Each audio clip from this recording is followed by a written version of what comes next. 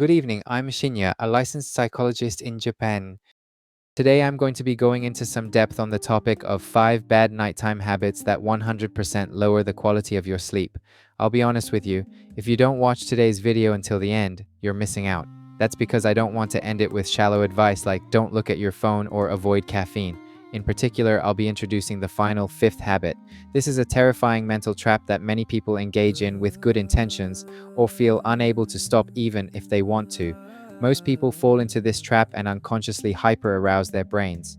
To address this 5th habit, as a licensed psychologist and student of Eastern wisdom, I've prepared the ultimate mental sleep technique, incorporating the principles of Zen and the uniquely Japanese psychotherapy of Naikan, Japanese psychology for self-reflection.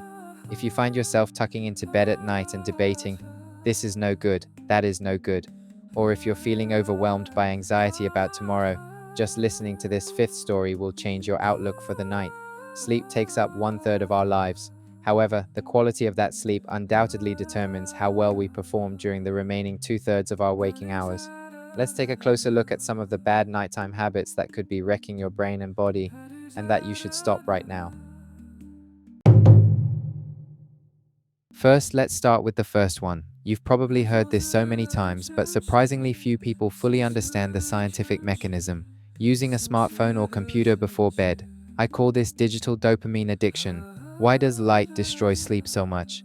Our retina contains special light-sensitive sensors called IPRGCs, intrinsically photosensitive retinal ganglion cells. This sensor, separate from our sense of sight, is directly connected to the brain's suprachiasmatic nucleus, SCN, the control center of our internal clock. Blue light, light with a wavelength around 460 nanometers, emitted from smartphones, PCs, and LED lighting particularly strongly stimulates this sensor. This causes the brain to mistakenly believe it's daytime and need to be active, forcing it to stop secreting melatonin, the sleep hormone. Research has shown that even bright indoor lighting, less than 200 lux, before bed can delay the onset of melatonin secretion and shorten its duration by about 90 minutes. 90 minutes? That's roughly the equivalent of one sleep cycle.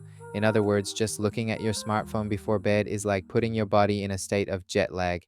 It's not just light, the reward system trap that wakes the brain. It's not just light that's the problem. Social media, short videos, and games are also problems. All of these are designed to stimulate the brain's reward system and release the pleasure chemical dopamine. Just one more time.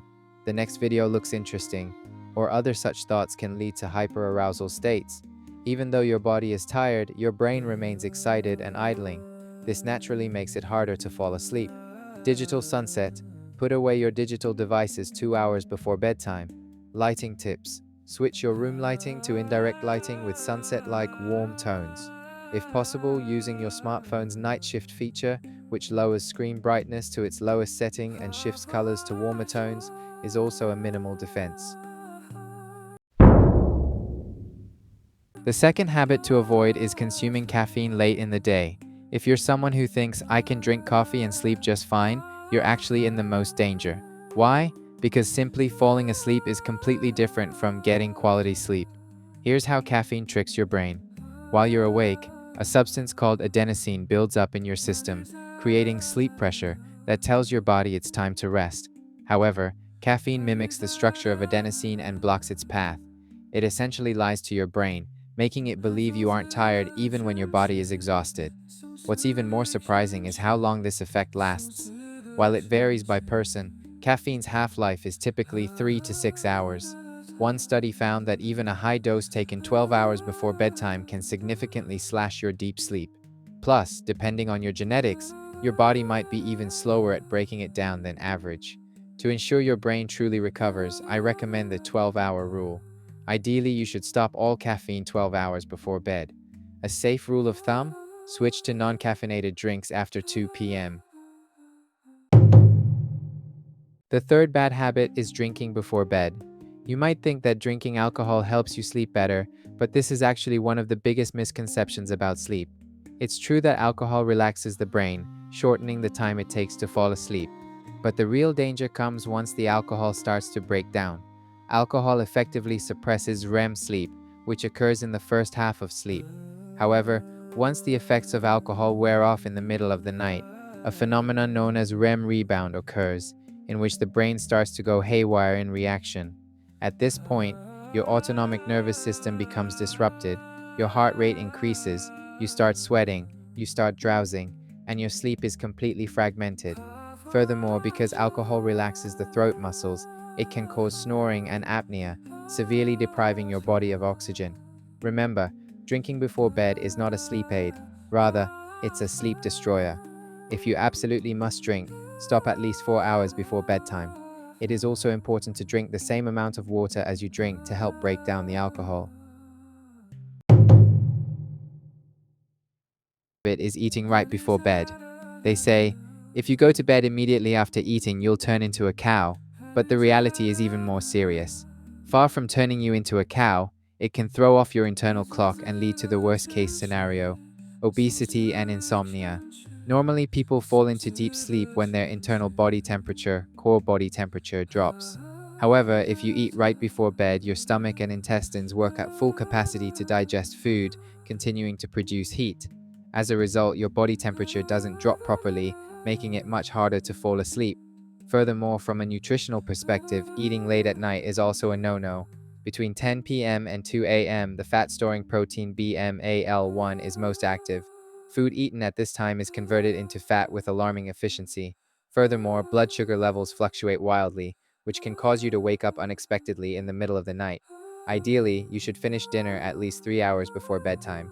If you have to stay up late due to work or other reasons, we recommend eating a light meal such as rice balls in the evening and then having a small amount of something easy to digest such as soup or tofu when you get home. Giving your stomach a rest will help you wake up feeling refreshed the next morning. Now, here we go. This is the fifth and final bad habit. This is rumination in bed.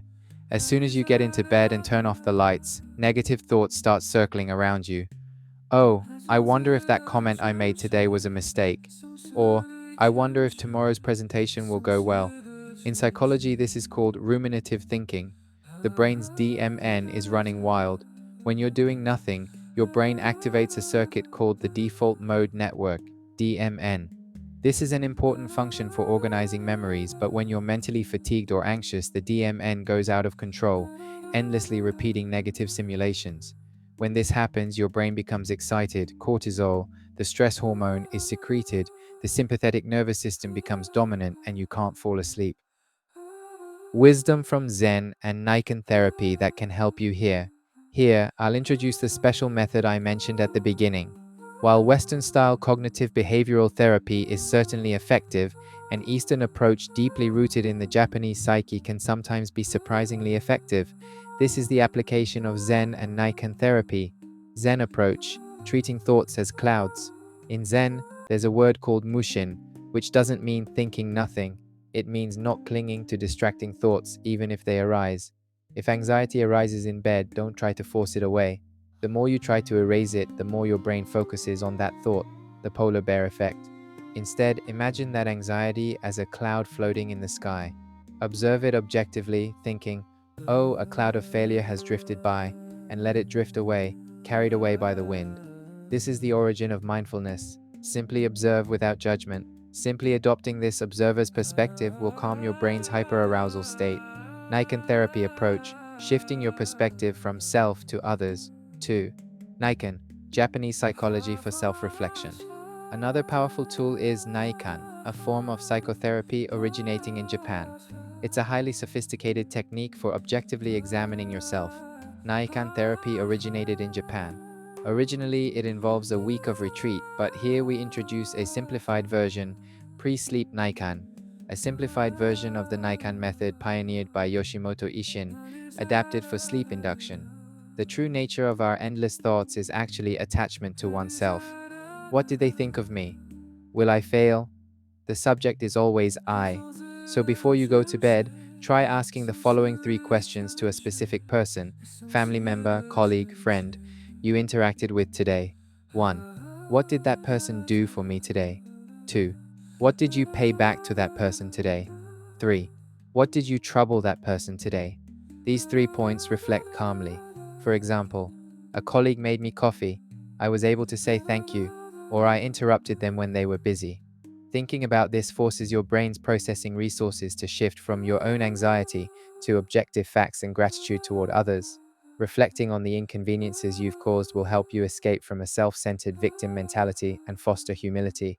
And counting the things you've received will release oxytocin, the comfort hormone, and activate your parasympathetic nervous system.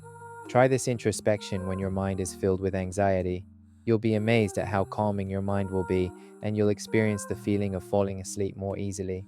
So, what did you think? 1. Block out smartphones and light to protect melatonin. 2. Avoid caffeine 12 hours before bed to activate adenosine. 3. Avoid drinking before bed to protect REM sleep. 4. Eat dinner earlier to lower your core body temperature. 5. Use the wisdom of Zen and introspection to halt your brain's runaway behavior.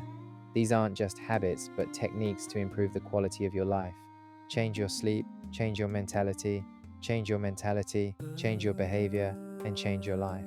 Even just one change today is fine. Let go of this bad habit, incorporate the wisdom of Zen, and wake up with the clearest morning ever. Have sweet dreams tonight. Good night.